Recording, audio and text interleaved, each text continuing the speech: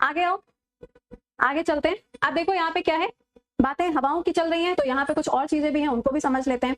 अब देखो भाई, मैंने आपको बताया हुआ था क्लास के अंदर कि ये इक्वेटर लाइन, ये 30 डिग्री, ये है 60 डिग्री और ये है 90 डिग्री। यही पढ़ाया था, यही चीज नीचे होती है। कोई ऐसा तो नहीं जिसको ये बात ना पता हो? ये किसी ने नहीं पढ़ाया पहले मुझे टॉपिक? कोई बात नहीं, मैंने बता तो दिया। याद करने की कोई शॉर्टकट नहीं है मुन्ना, ऐसे तुम्हें याद करना पड़ेगा। इस ट्रेपीज वाला जो एरिया है ना, वो आपको मिलेगा रशिया, सर्बिया, ये वाले जो देश होते हैं ना, यहाँ पे आपको ट्रेपीज मिलेगा। अब ठीक है, मैंने कंट्री का नाम बता दिया तो आप समझ पाओगे उससे। या आपको एक बार मैप दिखा दूं, मैप में बता दूं कहाँ पे मिलेगा ट्रेपीज।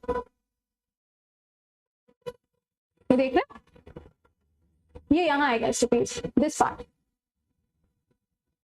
ठीक है, यहाँ ट्रेपीज आपको मिलेगा। चलिए, हाँ, तो हम क्या बात कर रहे थे? हम बात कर रहे थे विंड के पार्ट के बाद। ये यही तो बताया था मैं आपको, यही चीज नीचे होगी ना, सेम जो ऊपर है वही सेम चीज आपको नीचे की तरफ भी देखने को मिलेगी। अब देखो होता क्या है ना, जो ये वाला डब्बा है, इस पूरे डब्बे को हम बोलते हैं, क्या बोलते हैं इसको? इसको कहते हैं हार्डलेशन। ठीक, ये वाला जो डब्बा होता है, दिस पार्ट, इसे हम कहते हैं फेरल सेल। और जो ये वाला डब्बा दिखाई दे रहा है तुम्हें, इसे हम कहते हैं पोलर सेल।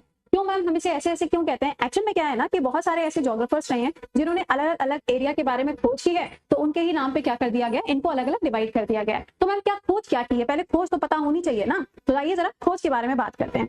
सॉरी, खोज के बारे में बात करते हैं, है ना। अभी बता रहे हैं इंडिया के अंदर कौन कौन से आएंगे, अभी बताएंगे। इंडिया में अभी सॉइल बताएंगे, हाँ वहीं पे बताएंगे। चलो सुनो ध्यान से, इन्होंने खोज क्या की, बहुत कायदे से सुनिएगा। कभी आपने प्रेशर बेल्ट्स के बारे में पढ़ा है? कभी प्रेशर बेल्ट्स, कभी नाम सुना है ऐसा? बताओ तो मुझे, कभी प्रेशर बेल्ट सुना है? बताएं। दाब पेटी जिसे हिंदी में कहते हैं,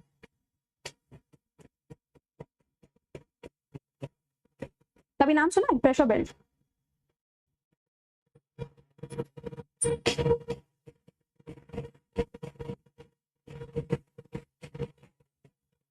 नहीं सुना? अरे सुना है, काव्य ने सुना है।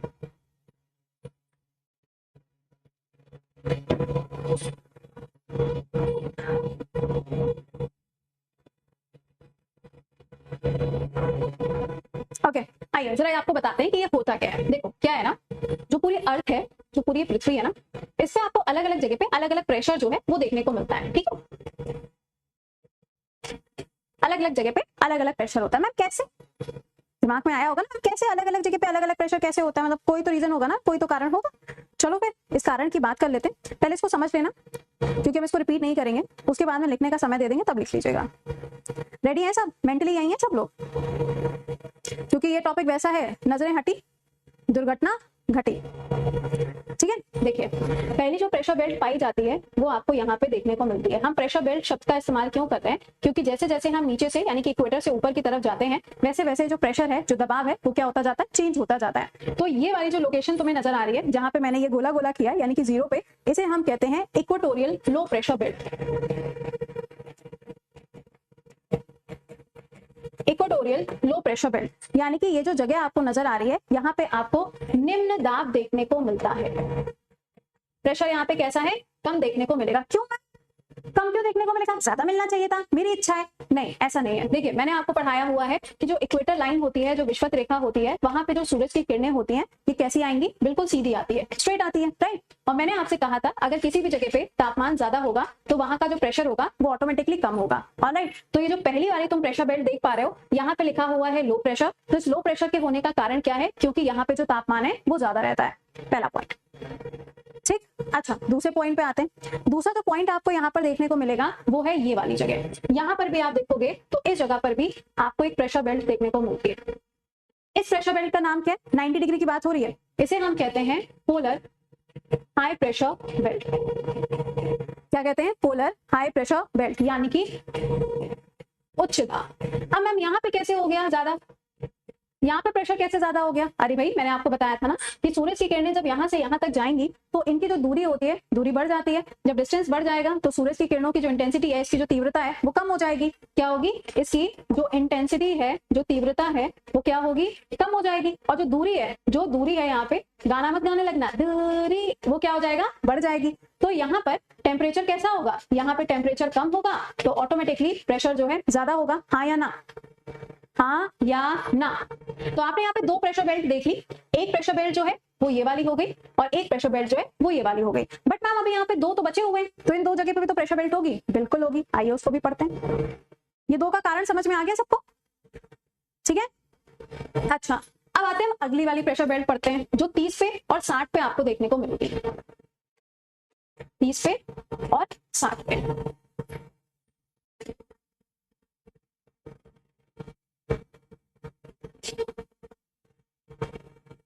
आइए इनके बारे में जान लेते हैं। ठीक है, ये तुम्हें दिखाई दे रहा है। अब आ जाओ, पहले हम बात करेंगे किसकी? 30 की, है ना। जो 30 वाला है ना, ये जो आपको दिखाई दे रहा है, ये वाला जो दिखाई दे रहा है ना, ये वाला पॉइंट, इस वाले पॉइंट पे होगा सब ट्रॉपिकल हाई प्रेशर बेल्ट। क्या होगा?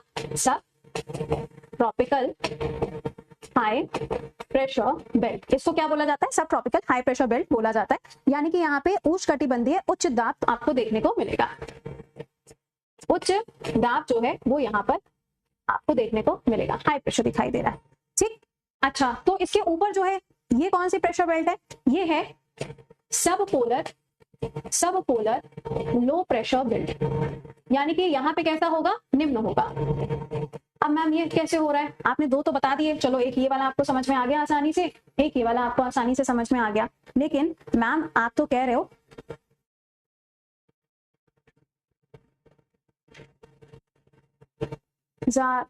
अच्छा अब नीश यादव, ज्यादा एटीट्यूड में रहती हो प्रति। तुम तो हमारे चचा लगते हो ना, ज्यादा एटीट्यूड में रहती हो प्रति। चचा हो तुम हमारे, हैं हमारे बड़े पापा। बेटा ऐसा पूजा करेंगे ना तुम्हारी जिंदगी भर याद रखोगे, तमीज से पेश आया करो ना। तमीज सिखाना मुझे बहुत अच्छे से आता है। तुम हमारे चचा लगते हो, नाम लेके बुलाएंगे। ओहो, चलो अब मुद्दा ये है कि यार ये और ये अलग अलग कैसे हो रहा है? क्योंकि भाई यहां से हम जब ऊपर जाएंगे तो क्या होगा? प्रेशर बढ़ेगा, टेम्परेचर कम होगा। बट यहाँ पे देखो क्या दिखाई दे रहा है, यहाँ पे लिखा हुआ है प्रेशर ज्यादा है, यहाँ पे लिखा हुआ है प्रेशर कम है। अब ये कैसे होगा? कोई तो कारण होगा ना।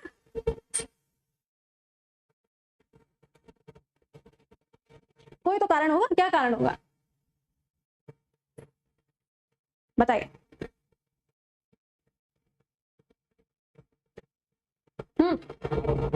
बताओ बताओ क्या कारण हो सकता है? पुलिस भेज दो इसके घर पे।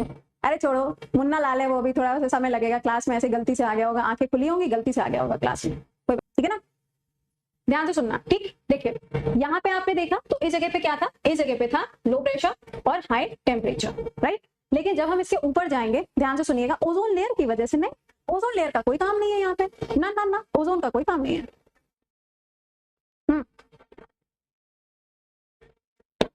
यूपीएससी क्लियर करने के बाद में सबसे पहले इसके घर पे बॉम्ब फेंकूंगा ना भाई, ऐसा मत करना। तो इक्वेटर के पास है तो गर्म हवाएं होंगी।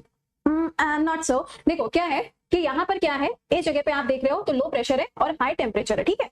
अब सूरज की किरणें जो है वो यहाँ पे सीधे आ रही हैं, लेकिन जब सूरज की किरणें यहाँ पे जाएंगी तो देखो दूरी जो है ना वो बढ़ जाएगी, और जो सूरज की किरणें थोड़ी सी तिरछी भी हो जाएंगी, टिल्ट भी हो जाएंगी। तो यहाँ के कंपैरिजन में अगर हम इस जगह को देखेंगे तो तापमान कम हो जाएगा। अगर हम यहाँ के कंपैरिजन में यहाँ को देखें तो तापमान कम हो जाएगा। तो जब यहाँ पे टेम्परेचर जो है कम हो जाएगा तो ऑब्वियस सी बात है कि प्रेशर क्या होगा? बढ़ जाएगा। लॉजिकल सी चीज है, इसमें कोई रॉकेट साइंस आपको देखने को नहीं मिली। तो यहाँ पे यही तो लिखा हुआ है, हाई प्रेशर, यही तो लिखा था, सिंपल है, कोई रॉकेट साइंस नहीं है। ठीक, कोई रॉकेट साइंस नहीं है। सेकंड पॉइंट समझिएगा, ये है 60, यहाँ पे क्या लिखा है? लो प्रेशर लिखा है। अब होता क्या है कि इस जगह पे जो हवाएं चलती है ना, यहाँ पे जो हवाएं चलती हैं, ये हवाएं कुछ इस तरीके से उठना शुरू करती हैं। अब आपको पता है कि जब हवाएं चलेंगी और हवा गर्म होगी तो यहाँ पे चलेगी। अब हवाएं चलेंगी तो क्या बनाएंगी? बादल बनाएंगी, और जब ये बादल बनाती हैं तो क्या हो जाएगा? एक साथ में ये आपस में इकट्ठा होना शुरू हो जाएंगे। तभी तो बारिश होने के चांसेस होते हैं। जब गैसेस के मॉलिक्यूल्स एक साथ में इकट्ठा होना शुरू होते हैं तभी तो बादल बनता है, और जब बादल बनेगा तभी बारिश होगी। ये भी एक सिंपल सा कॉन्सेप्ट है। राइट। तो क्या होता है, जब यहाँ से हवा ऐसे ऊपर की तरफ उठना शुरू करती है तो ये बनाती है बादल।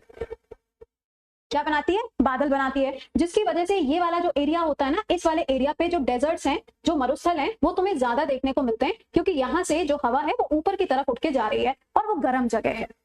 गर्म जगह होगी तभी तो हवा बनेगी और ऊपर की तरफ उठेगी। अच्छा, तो यहाँ से क्या है, बादल बन के जाएंगे। अब तो ये बादल यहाँ बनेंगे, अब ये बादल ऊपर की तरफ उठेंगे, और बादल जब ऊपर की तरफ उठता है तो ठंडा होता है, ठंडा होने के बाद में बारिश होती है। तो जैसे जैसे ये बादल ऊपर की तरफ जाएंगे और इस वाली लेयर के ऊपर आके जब वो इकट्ठा होंगे तो डेंसिटी ज्यादा होगी, घनत्व ज्यादा होगा। होगा कि नहीं होगा? सोचो, दिमाग लगाओ। जब बादल यहाँ से यहाँ पे जाएंगे तो इस जगह पर बादल जो है वो इकट्ठे होते चले जाएंगे, तो डेंसिटी ज्यादा होगी। लेकिन जब ये बादल ऊपर गए हैं तो ठंडे भी तो होंगे, तो ठंडे होने के बाद में ये सभी के सभी अलग अलग हो जाएंगे, इधर इधर इधर पूरे में फैल जाएंगे। फैलने के कारण क्या होता है, यहाँ पे जो डेंसिटी है, डेंसिटी कम हो जाएगी, और यहाँ का जो प्रेशर है वो भी क्या हो जाएगा, कम हो जाएगा, और यहाँ पे आपको बारिश देखने को मिलेगी।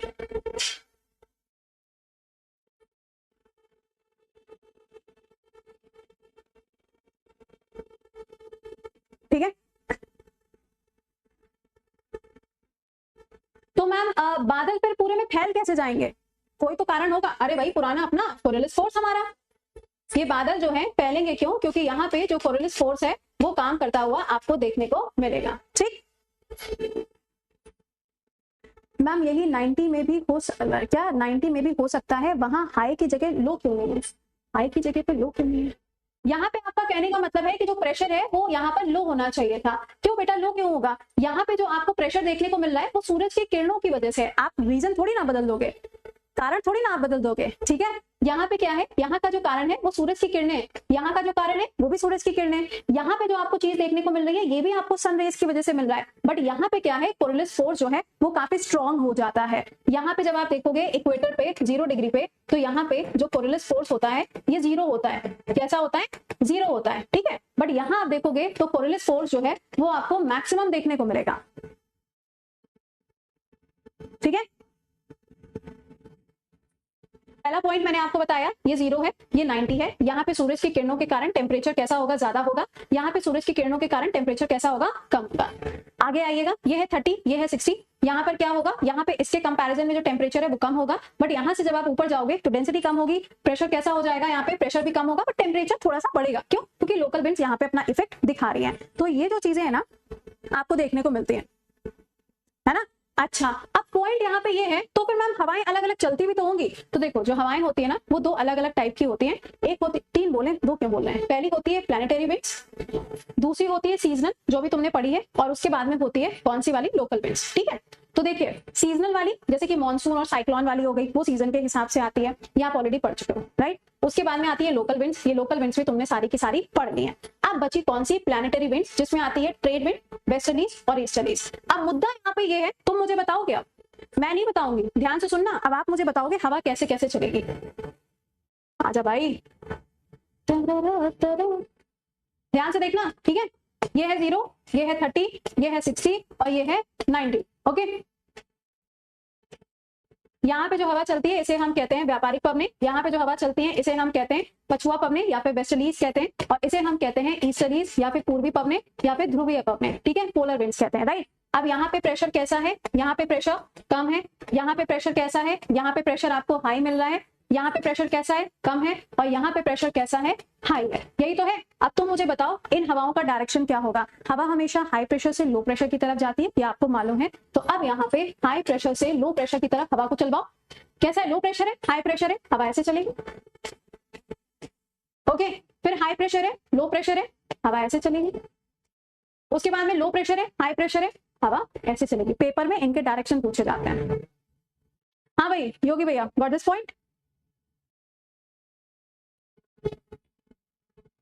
डन। अच्छा, बचपन में तुमने ये पढ़ा है, ये पढ़ी है लैंड ब्रीज और सी ब्रीज क्या होती हैं? हाँ, जब लैंड से हवाएं चलती हैं लैंड ब्रीज हो जाती है, जब समुद्र से हवाएं चलती हैं तो वो सी ब्रीज हो जाती है। बचपन में पढ़ी है ये चीज की नहीं पढ़ी है? बताओ, बचपन में तुमने पढ़ी होगी। फिर आपने पढ़ा होगा वैली ब्रीज और माउंटेन ब्रीज। जो घाटियों से हवाएं चलती हैं वो वैली ब्रीज हो जाती हैं, जो पहाड़ों से चलती हैं वो माउंटेन ब्रीज हो जाती हैं। पढ़ा है?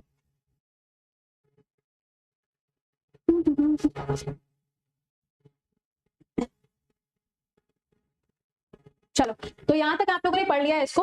अब अगले वाले क्लास में हम लोग पहले स्टार्टिंग करेंगे कहाँ से, पहले हम लोग चलेंगे नॉर्थ अमेरिका की तरफ। हेडिंग बना लीजिएगा उत्तरी अमेरिका, हेडिंग बनाइएगा उत्तरी अमेरिका। अब सबसे पहले कॉन्टिनेंट की तरफ चलिएगा, नॉर्थ अमेरिका।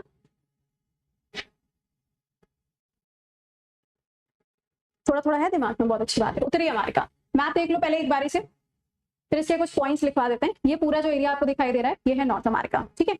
नॉर्थ अमेरिका के ऊपर के साइड पे आर्कटिक ओशियन है, इधर के साइड पे पैसिफिक ओशियन है, यहाँ पे अटलांटिक हो जाएगा और नीचे की तरफ कैरिबियन सी हो जाएगा।